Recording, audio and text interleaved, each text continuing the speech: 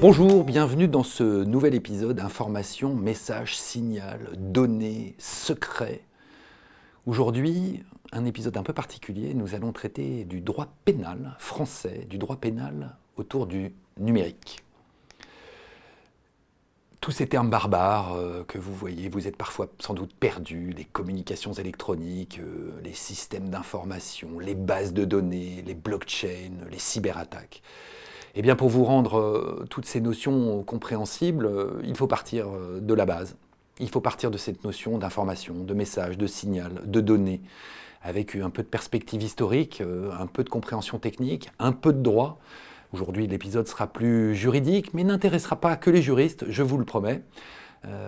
Toujours en sachant que science sans conscience n'est que ruine de l'âme. Et par cet épisode, je vais essayer de vous éclairer sur l'aspect pénal de tout ce que l'on peut faire avec le numérique. Ah oui, pardon, j'ai encore oublié de me présenter.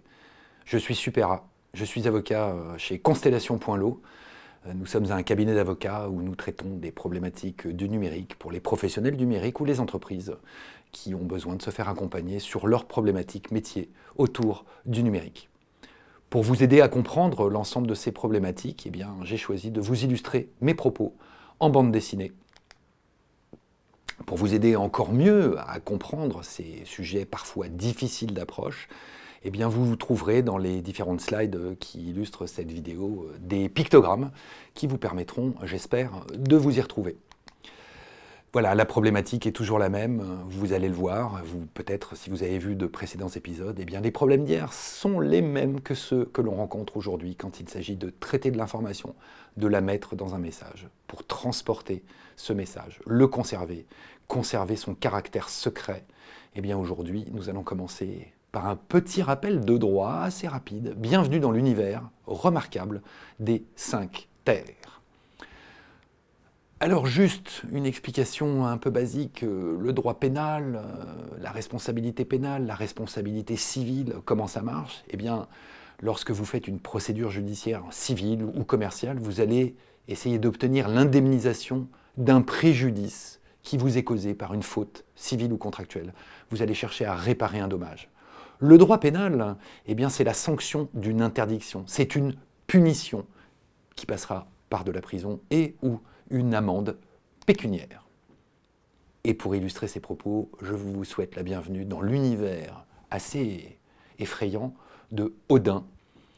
Voilà, donc cette responsabilité pénale, il faut que cette interdiction soit strictement définie par le Code pénal. Nous sommes un État de droit dans notre République française. Si l'infraction n'est pas strictement prévue dans le Code pénal, il n'y aura pas de poursuite pénale. Peut-être des poursuites civiles, mais en tout cas pas de punition au sens du droit pénal.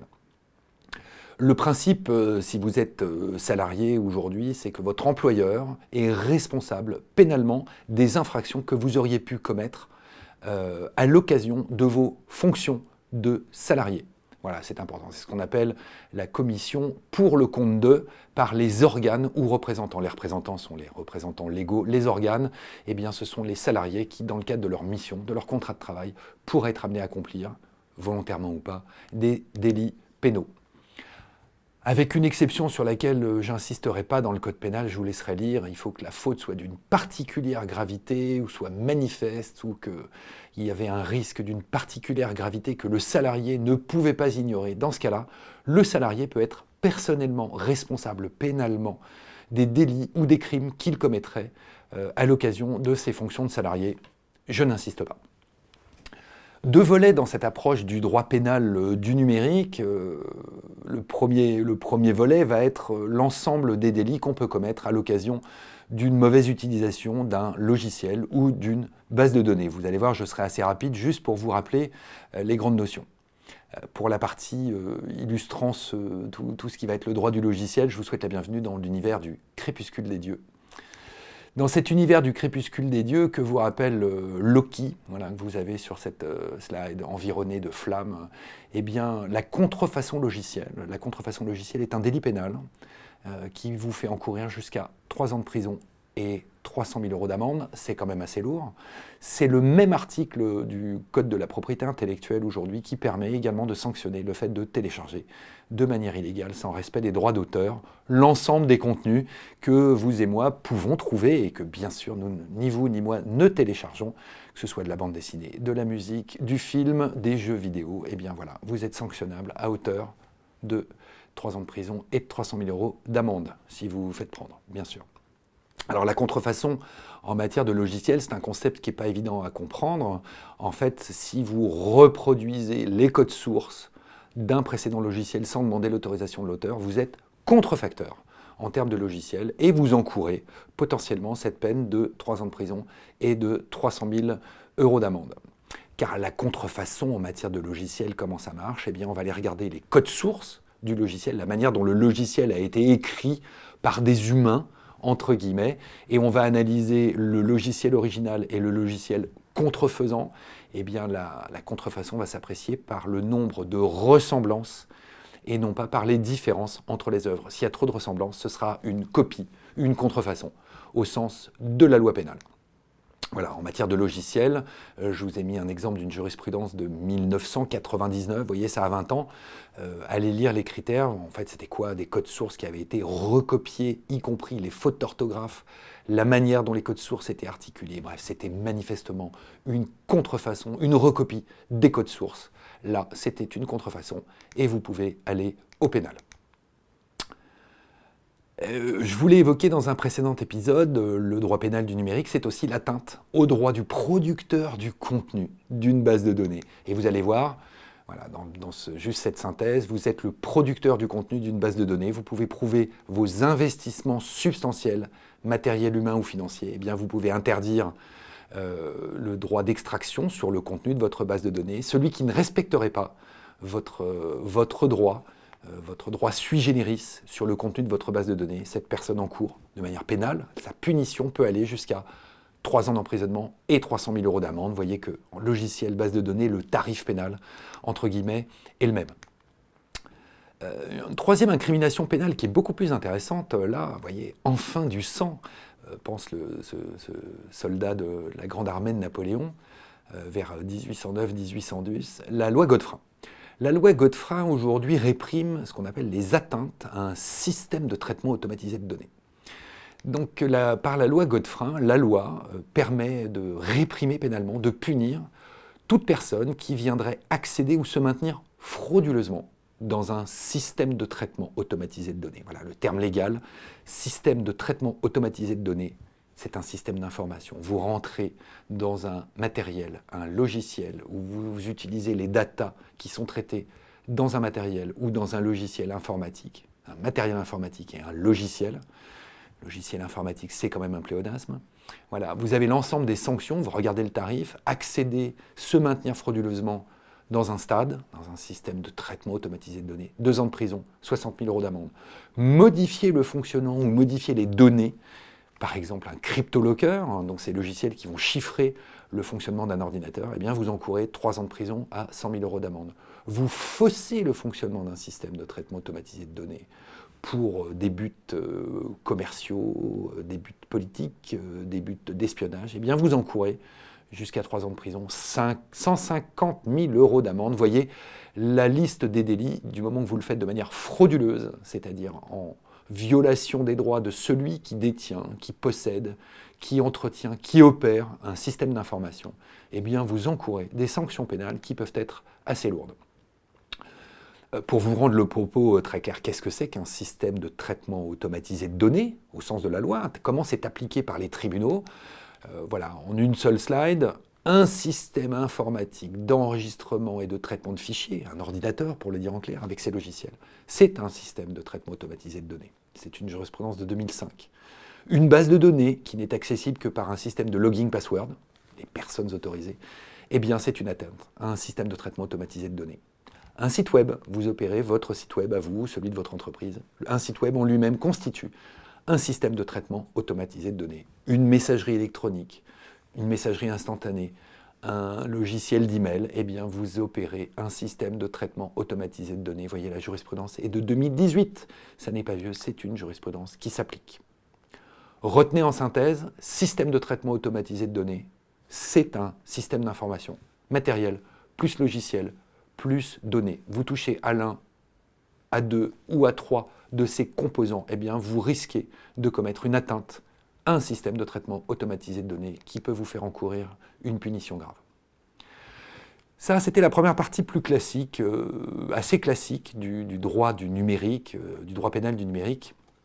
Sachez qu'il y a également des sanctions. Alors là, on va attaquer des délits très particuliers liés au chiffrement. Il y a toute une réglementation chiffrement qu'on envisagera dans un épisode ultérieur. Mais voilà, vous utilisez du chiffrement, vous l'utilisez sans respecter les règles légales.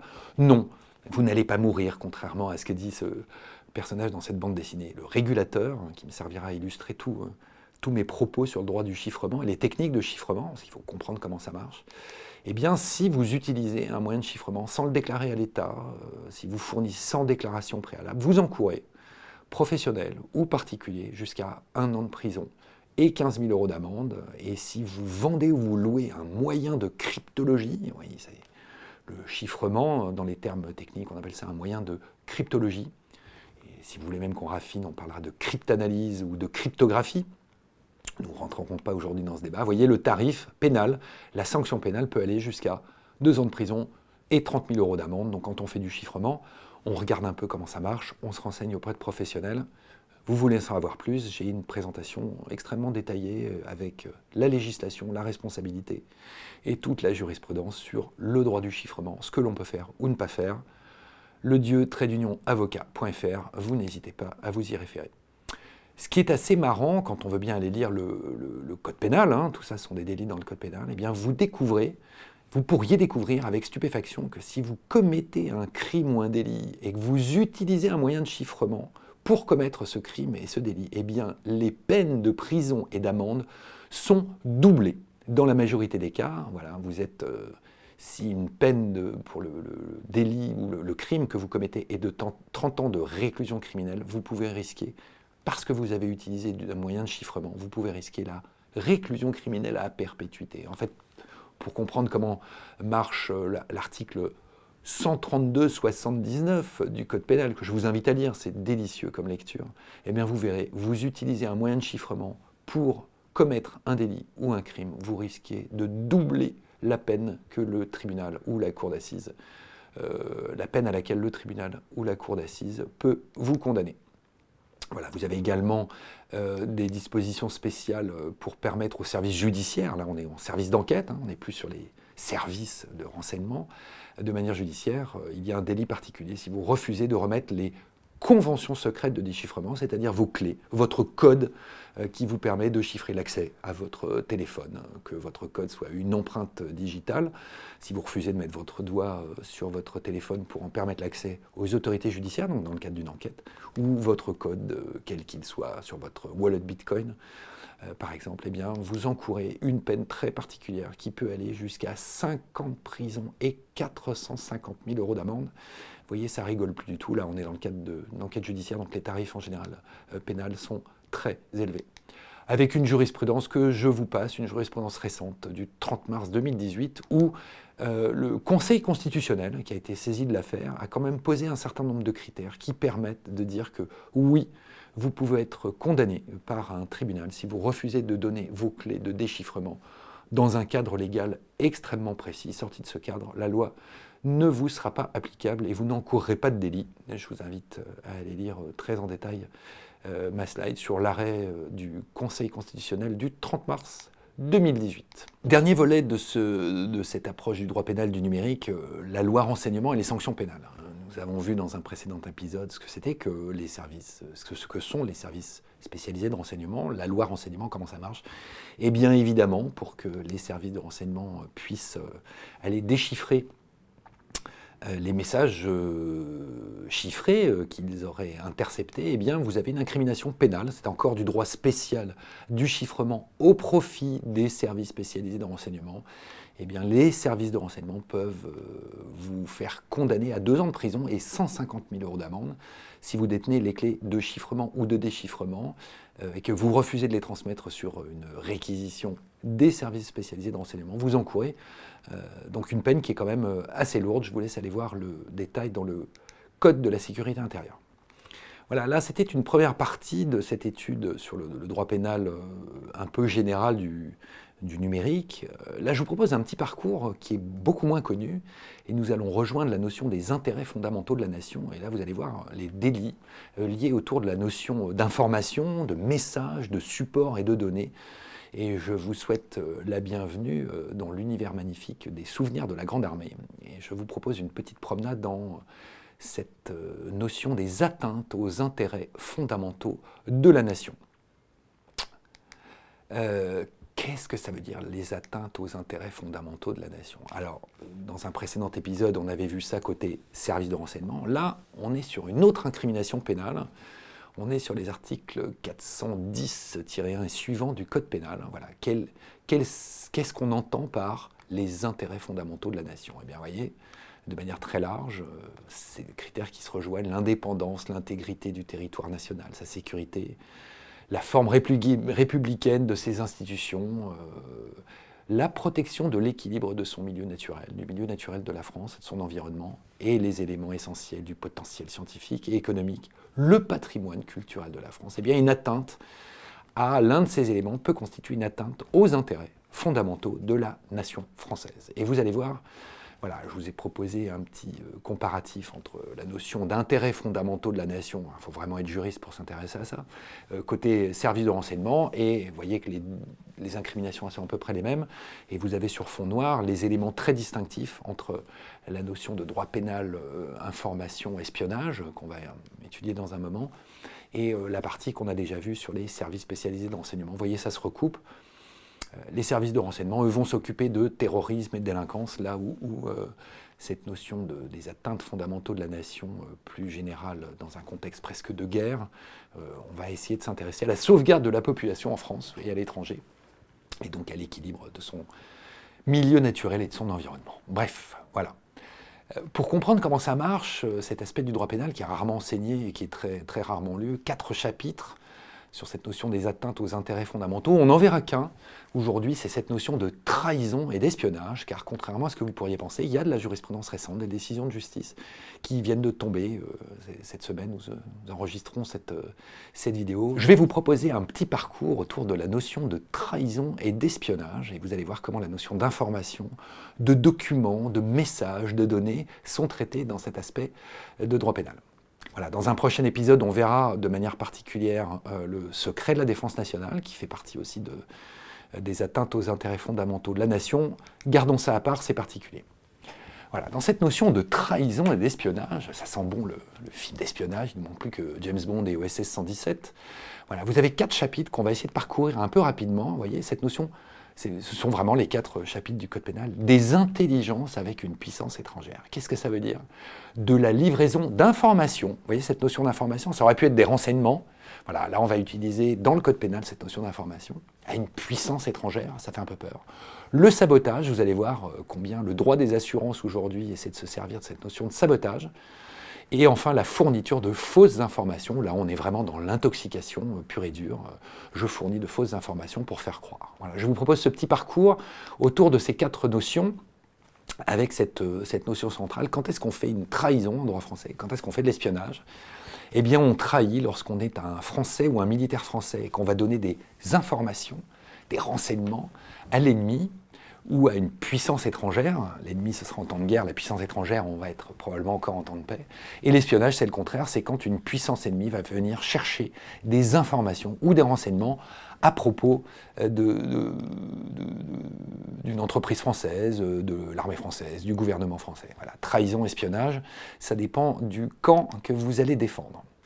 Voilà, on va commencer cette notion de désintelligence avec une puissance étrangère. Alors, voilà, le fait d'entretenir, je vous le lis parce qu'il faut un moment le lire pour voir ce que c'est, le fait d'entretenir des intelligences avec une puissance étrangère en vue de susciter des hostilités ou des actes d'agression contre la France, c'est 30 ans de réclusion criminelle, 30 ans de détention criminelle et 450 000 € d'amende. En clair, c'est d'aller fournir de manière active de l'information pour susciter une agression, une attaque ou des actes d'agression contre la France. Vous voyez, on est vraiment dans un contexte presque guerrier. C'est simplement le droit commun pénal actuellement, aujourd'hui, en vigueur en France. Alors, le fait d'entretenir des informations, le fait d'entretenir des intelligences, qu'est-ce que ça veut dire? Qu'est-ce que ça veut dire entretenir des intelligences? Il n'y a aucune définition, bien sûr, dans le code pénal. Je n'ai pas trouvé, d'ailleurs, de jurisprudence là-dessus. C'est ce qu'on appelle les délits râteaux. Des fois que ce soit possible, eh bien, on peut dire que c'est interdit, on va utiliser un critère, on va l'interpréter. Le tribunal saisi pourra l'interpréter de manière à éventuellement condamner. Voilà. Mais entretenir des intelligences, alors qu'est-ce que ça veut dire intelligence? Ce serait le fait de fournir des renseignements, cette notion de renseignement, intelligence en anglais. Voilà, là, ce terme intelligence n'est pas très pertinent. On aurait dû dire, je pense, plutôt des renseignements, le fait de fournir des renseignements, ou le fait d'entretenir des flux d'informations. Bref, c'est pas très clair, on ne sait pas très bien ce que ça veut dire. Plus clair, par contre, la livraison d'informations à une puissance étrangère. Ah, là, on va changer, vous voyez, une série d'articles, 411-6-7-8 du Code pénal. C'est quoi? Eh bien, livrer ou rendre accessible à une puissance étrangère des renseignements, vous voyez, là, c'est le terme qui est utilisé dans la loi, des procédés, des objets, des documents. Ah, ça, on mélange support et l'information qui est dedans. Et on trouve le terme de données informatiques. Donc, vous voyez que ce soit l'information structurée, l'information qualifiée, l'information brute, des éléments d'information, ces données. Et bien voilà, c'est comme ça qu'est écrit cet article 406 du Code pénal. Ça s'appelle de la livraison d'informations. Voilà, les informations peuvent être donc des renseignements, des documents, des données informatiques. Vous livrez ça à une puissance étrangère, vous encourez 15 ans de prison et 225 000 € d'amende. Voilà, vous avez le délit qui est celui de recueillir et de rassembler ces informations. Vous ne faites que les collecter, vous ne les transmettez pas. Eh bien, vous encourez là 10 ans de détention et 150 000 € d'amende. Et si vous exercez pour le compte d'une puissance étrangère une activité ayant pour but l'obtention ou la livraison, en clair, vous organisez un réseau d'espionnage, entre guillemets, vous encourez 10 ans de prison et 150 000 € d'amende. Et voyez, on parle bien de ces notions de renseignements, de documents, d'objets, de procédés, de données informatisées ou de fichiers. Là, c'est prévu de manière suffisamment large pour que, quoi que vous fassiez, vous êtes susceptible de livrer des informations à une puissance étrangère. Alors vous allez me dire, tout ça c'est bien, ça ne s'applique jamais. Eh bien, pas du tout. Vous avez 2 condamnations que vous trouverez publiquement. Là, j'ai été chercher sur Le Monde, en ligne, cherché 30 octobre 1997, et a été reconnu coupable de trahison. À l'époque, on avait le nom. Monsieur Francis Temperville, 40 ans, qui était ingénieur, ingénieur au CEA, au commissariat à l'énergie atomique, et qui a été livré des informations sur la force de frappe nucléaire française au profit de l'ex-KGB. Voilà, monsieur Temperville a écopé quand même de 9 ans de prison. Ça n'est pas rien. Et dans une affaire toute récente, puisque le jugement a été rendu le 9 juillet 2020, donc vous voyez que décision judiciaire tous les 20 ans, histoire de faire un exemple, et bien là c'était de l'espionnage opéré par un militaire et un agent de la DGSE qui ont livré pendant apparemment plusieurs années des informations au profit de la Chine, de manière rémunérée, c'était du délit crapuleux. Eh bien, ils ont été condamnés le 9 juillet dernier à respectivement 8 ans et 12 ans de prison ferme, l'épouse de l'un d'entre eux ayant écopé de 4 ans de prison, dont 2 avec sursis. Donc vous voyez, ce sont des délits rares, mais qui sont mis en œuvre lorsque vous trahissez votre pays. Là, on était vraiment dans la trahison. Je suis un agent français, je vais fournir des informations à une puissance étrangère, en l'espèce la Chine. Voilà. Donc cette première partie, je vais être un peu plus rapide pour le reste, pour ne pas abuser de votre patience, du sabotage. Ah, ça fait rêver. Alors là, c'est un délit qui est très intéressant. Vous voyez comment c'est écrit à l'article 411-9, alinéa 1er du Code pénal, 15 ans de prison, 225 000 € d'amende, le fait de détruire, détériorer ou détourner tout système de traitement automatisé d'informations. Voilà, on a vu dans un précédent épisode la notion de système de traitement automatisé de données, STAD. Eh bien, c'est un délit unique à ma connaissance en droit français. Là, c'est détruire, détériorer ou détourner un système de traitement automatisé d'informations ou d'y apporter des malfaçons. Bref, vous voyez, traitement de données, traitement d'informations, on reste toujours autour de ces notions. Les 2 critères, à mon sens, se rejoignent assez bien. sur ce fondement de la trahison, du sabotage, eh bien c'est utiliser un système d'information, le détourner, le bricoler, le transformer, le modifier, le trafiquer. Appelez ça comme vous voulez. Vous avez des informations, vous allez endommager l'ensemble, eh bien vous rejoignez ces incriminations du code pénal plus classique.